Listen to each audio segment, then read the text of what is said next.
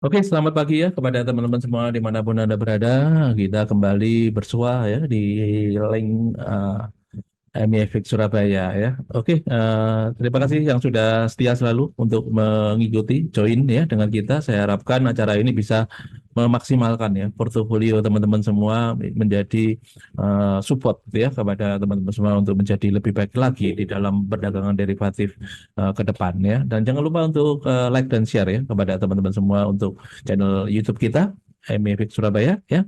Dan jangan lupa untuk acak-acak teman-teman ya untuk kumpul-kumpul. Oke, kita kepada review ya berita-berita hari ini ya.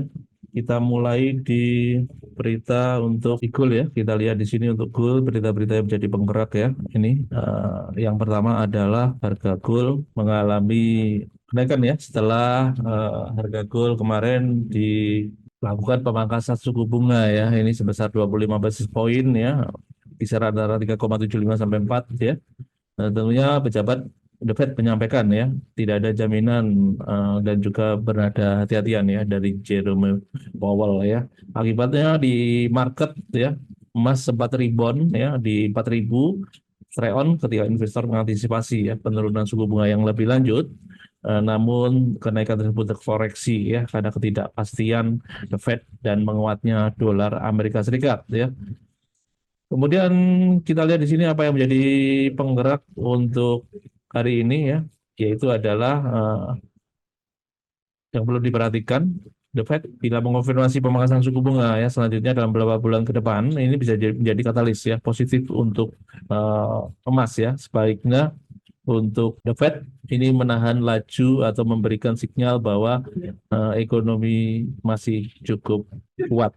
Kemudian kita ke oil ya, ini pergerakan sangat cepat sekali pagi hari ini ya dan langsung nembus di 39.30 ya ini ya.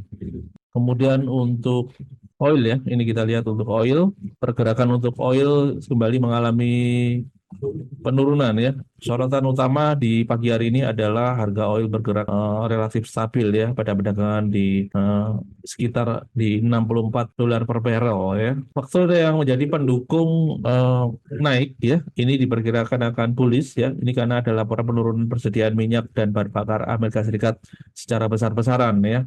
Dan juga kekhawatiran bahwa permintaan global tidak akan cepat pulih ya, serta ini merupakan potensi untuk kenaikan pasokan minyak melalui kerjasama internasional ya. Dan juga menurut laporan dari konsultan energi World McKinsey ya, ini permintaan untuk global juga diproyeksi baru akan mencapai puncaknya sekitar tahun 2032 ya, 2 tahun lebih lambat dari proyeksi sebelumnya ya. Diwaspadai untuk teknikal ya, ini masih berpotensi untuk turun dari stokastik oscillator dan masih tertahan di area EMA 20 ya di 60,33 ya. Peluang untuk pagi hari ini untuk oil diperkirakan berpotensi bearish ya. Kita lanjut untuk pergerakan di mata uang euro ya. Ini kita lihat di sini setelah pergerakan kemarin ya turun ya untuk euro. Kita lihat di sini untuk euro ya untuk ya mengalami penurunan setelah keputusan dari The Fed ya ini memangkas suku bunganya 25 basis point ya. Sementara saat ini euro masih relatif lemah ya terhadap dolar Amerika Serikat, berarti barang dan layanan yang dibeli dari zona euro ini jadi lebih murah ya bagi pemegang dolar. Tetapi untuk daya tarik euro sebagai mata uang investasi ini bisa mengalami penurunan ya jika dolar terus akan meningkat ya, ini yang perlu diwaspadai. Kemudian dari ECB ya, Bank Sentral Eropa ya, ini adalah perkembangan data ekonomi, inflasi, PMI, pertumbuhan akan sangat menentukan ya arah euro ke depan untuk pemangkasan suku bunga selanjutnya ya mengikuti oleh Bank Sentral The Fed ya. Kemudian di mata uang pound sterling ya, ini juga terjadi penurunan cukup tajam kemarin ya setelah The Fed memangkas suku bunganya, dan diperkirakan BOE juga akan mengikuti ya langkah-langkah yang diambil oleh The Fed ya. Pound sterling juga mendapatkan sentimen negatif ya karena perlambatan aktivitas ekonomi Inggris dan PMI yang kurang mengembirakan ya, dan juga ada ketidakpastian fiskal ya. Diperkirakan hari ini masih mencoba untuk koreksi naik ya, ini untuk euro di bawah pound sterling maksud saya ya. diwaspadai untuk level rebound ya di 1.3261 ya untuk pergerakan di hari ini. Oke, kita lanjut untuk dolar yen ya. Kita lihat untuk dolar yen, pergerakan untuk dolar yen ya. Ini kita lihat kembali terkoreksi turun ya setelah kemarin sempat mengalami kenaikan ya. Ini harga tertinggi hari ini di 152,94 ya. Belum menyentuh di 153,00 ya. Berita-berita ekonomi yang menjadi penggerak untuk mata uang yen di hari ini ya. Kita cek dulu.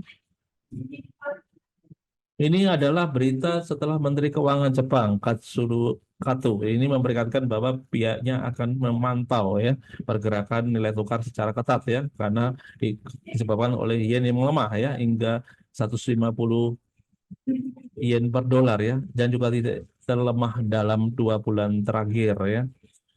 Kemudian pemilihan pemimpin partai penguasa Jepang ya, Sanai Takeichi juga dianggap sebagai cenderung pada stimulus fiskal ya dan juga pelonggaran moneter ini mendorong pelemahan untuk mata uang yen.